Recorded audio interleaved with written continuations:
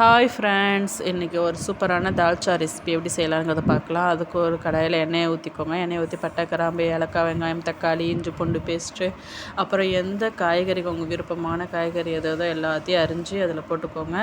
அது கூடவே மிளகாய்த்தூள், மல்லித்தூள், ஜீரகத்தூள், கொஞ்சமாக கரம் மசாலா, மிளகுத்தூள் எல்லாத்தையும் சேர்த்து ஆட் பண்ணி அதையும் நல்லா கலந்து விட்டுக்கோங்க.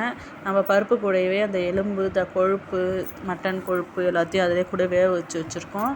அதையும் அந்த காய்கறி வதக்கும் போது அந்த எலும்பு கொழுப்பெல்லாம் அதில் போட்டு வதக்கிக்கோங்க. வதக்கிட்டு கொஞ்சம் தண்ணி சேர்த்து கொதிக்க விடுங்க. நம்ம வேக வச்சுருக்க பருப்பு கூடயே ஒரு பெரிய நெல்லிக்காய் சைஸ் அளவு புளி சேர்த்து நல்லா கொதிக்க. எந்த அளவுக்கு கருவேப்பிலை சேர்க்குறீங்களோ அந்த அளவுக்கு சூப்பராக இருக்கும். புளி அதிலே கரைச்சி ஊற்றிக்கோங்க. நல்லா காயெல்லாம் வெந்து எண்ணெய் பிரிஞ்சு வந்ததுக்கப்புறம் நம்ம பருப்பு, புளி, கருவேப்பிலெலாம் சேர்த்து வச்சுருக்கோம் இல்லையா, அது எல்லாத்தையும் அதில் ஆட் பண்ணி ஒரு 5 நிமிஷம் போல் நல்லா கொதிக்க விடுங்க. மாங்காய் அரிஞ்சு வச்சுருந்து அதையும் சேர்த்துக்கோங்க. நல்லாயிருக்கும், டேஸ்ட்டு சூப்பராக இருக்கும்.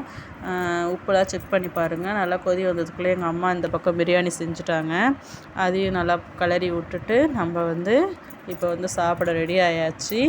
நம்ம பிரியாணி எடுத்து வச்சு தால்ச்சா ஊற்றி சாப்பிட்டா சூப்பராக இருந்துச்சு. ட்ரை பண்ணி பாருங்கள்.